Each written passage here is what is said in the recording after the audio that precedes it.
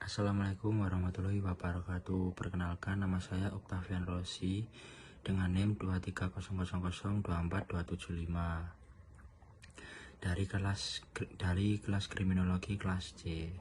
Di sini saya akan menyampaikan tentang paradigma sosialis, paradigma positivis, dan paradigma interaksionis. Pertama, dari paradigma positivis. Paradigma ini berakar dari positivisme, yaitu pendekatan ilmiah yang menekankan pada penyebab objektif dan dapat diukur dari perilaku manusia, termasuk perilaku kriminal. Dalam paradigma ini, pelaku kejahatan dianggap sebagai korban dari faktor-faktor di luar kendalinya. Ciri-ciri utamanya ada 3 contoh, yaitu kejahatan dipandang sebagai fenomena yang bisa dijelaskan secara ilmiah. Pelaku bukan sepenuhnya jahat, tetapi dipengaruhi oleh kondisi biologis, psikologis, dan sosial. Tujuannya adalah mencari penyebab kejahatan agar bisa dicegah melalui intervensi atau rehabilitasi, bukan hanya hukuman. Contoh tokoh-tokohnya yaitu Cesare Lombroso, yaitu memiliki teori kejahatan bawaan atau born criminal. Kedua, Emil Durkheim memiliki teori anomie, ketidakteraturan sosial. Dan Sigmund Freud, kejahatan sebagai gangguan psikologis. Contohnya, seorang remaja mencuri karena dibesarkan dalam keluarga miskin dan tidak memiliki akses pendidikan yang layak. Yang kedua, paradigma interaksionis, yaitu paradigma ini menekankan bahwa kejahatan bukan hanya tindakan yang dilakukan, tetapi didefinisikan oleh reaksi masyarakat. Artinya, apa yang dianggap sebagai kejahatan sangat tergantung pada norma sosial dan proses pelabelan atau labeling. Ciri-ciri utamanya adalah fokus pada interaksi sosial antara pelaku dan masyarakat. Kedua, konsep utama labeling teori atau teori pelabelan, yaitu seseorang menjadi penjahat karena dicap sebagai penjahat, bukan hanya ia melakukan perbuatan tertentu. Tokoh-tokoh Howard Becker yaitu memiliki teori labeling, dan Edwin Lemert memiliki teori primary and secondary defense. Contohnya, seorang anak yang tertangkap mencuri dan diberi label nakal oleh masyarakat akhirnya menjadi pelaku kriminal berulang karena dikucilkan dan kehilangan identitas positif. Yang ketiga, yaitu paradigma sosialis. Paradigma ini memandang kejahatan sebagai hasil dari struktur sosial yang tidak adil, seperti ketimpangan ekonomi, eksploitasi, dan penindasan kelas. Hukum dan sistem peradilan dianggap mewakili kepentingan kelompok dominan atau elit. Kejahatan merupakan hasil konflik kelas dan ketimpangan struktural. Hukum diciptakan oleh kelas penguasa untuk menjaga status quo. Lalu fokus pada kriminologi kritis dan kejahatan kerah putih, white collar crime. Tokoh-tokohnya yaitu Karl Marx, yaitu memiliki teori konflik. Kedua, Richard Sweeney memiliki teori social reality of crime. Contoh tindakannya yaitu tindak korupsi oleh pejabat tinggi sering tidak dihukum setimpal, sedangkan pencuri kecil mendapat hukuman berat, menunjukkan ketidakadilan struktural dalam sistem hukum. Lalu dari teori kriminologi yang dicetuskan oleh Cesare Lombroso, yaitu yang menyatakan bahwa penjahat adalah tipe orang yang secara biologis terlahir dengan sifat kriminal, seperti adanya ciri fisik tertentu dan dipengaruhi oleh faktor evolusi atau degenerasi. Kedua, konsep sosiologis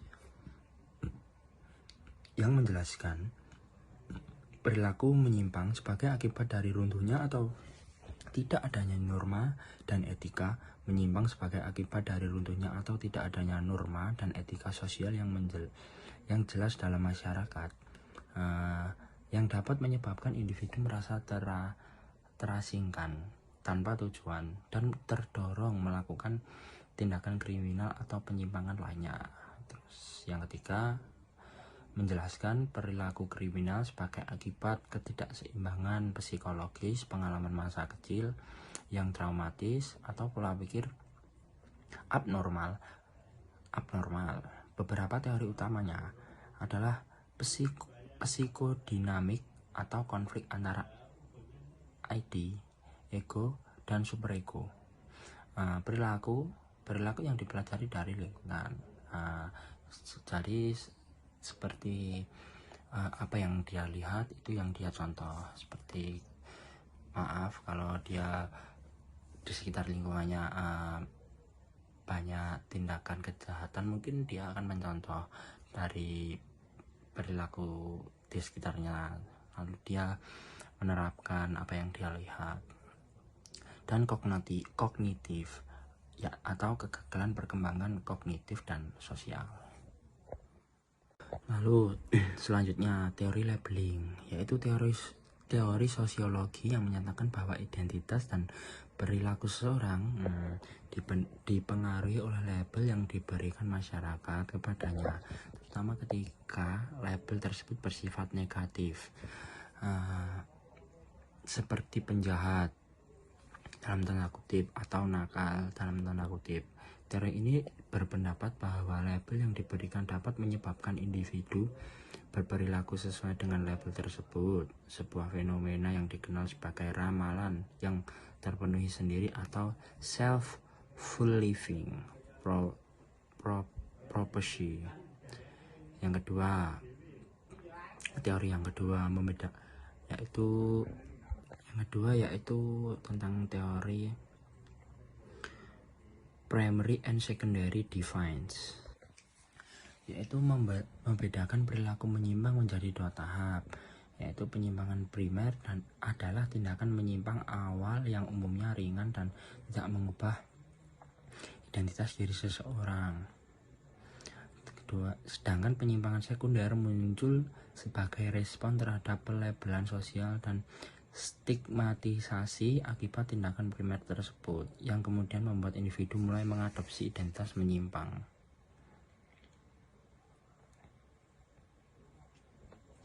Terus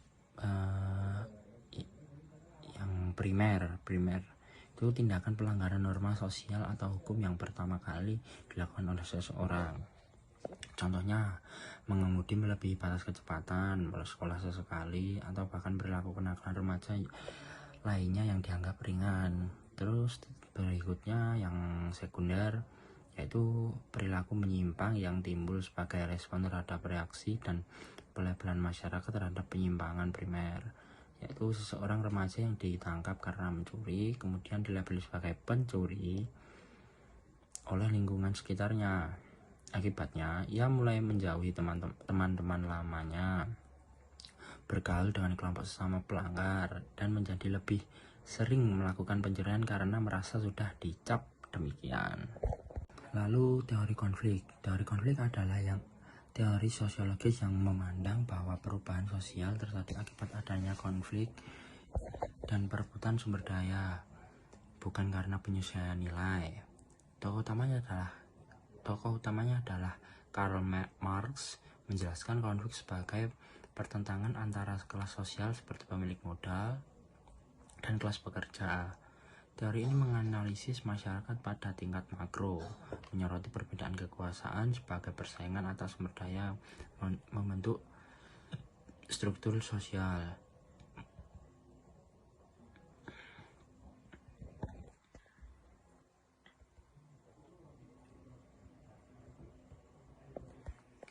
Lalu teori sosial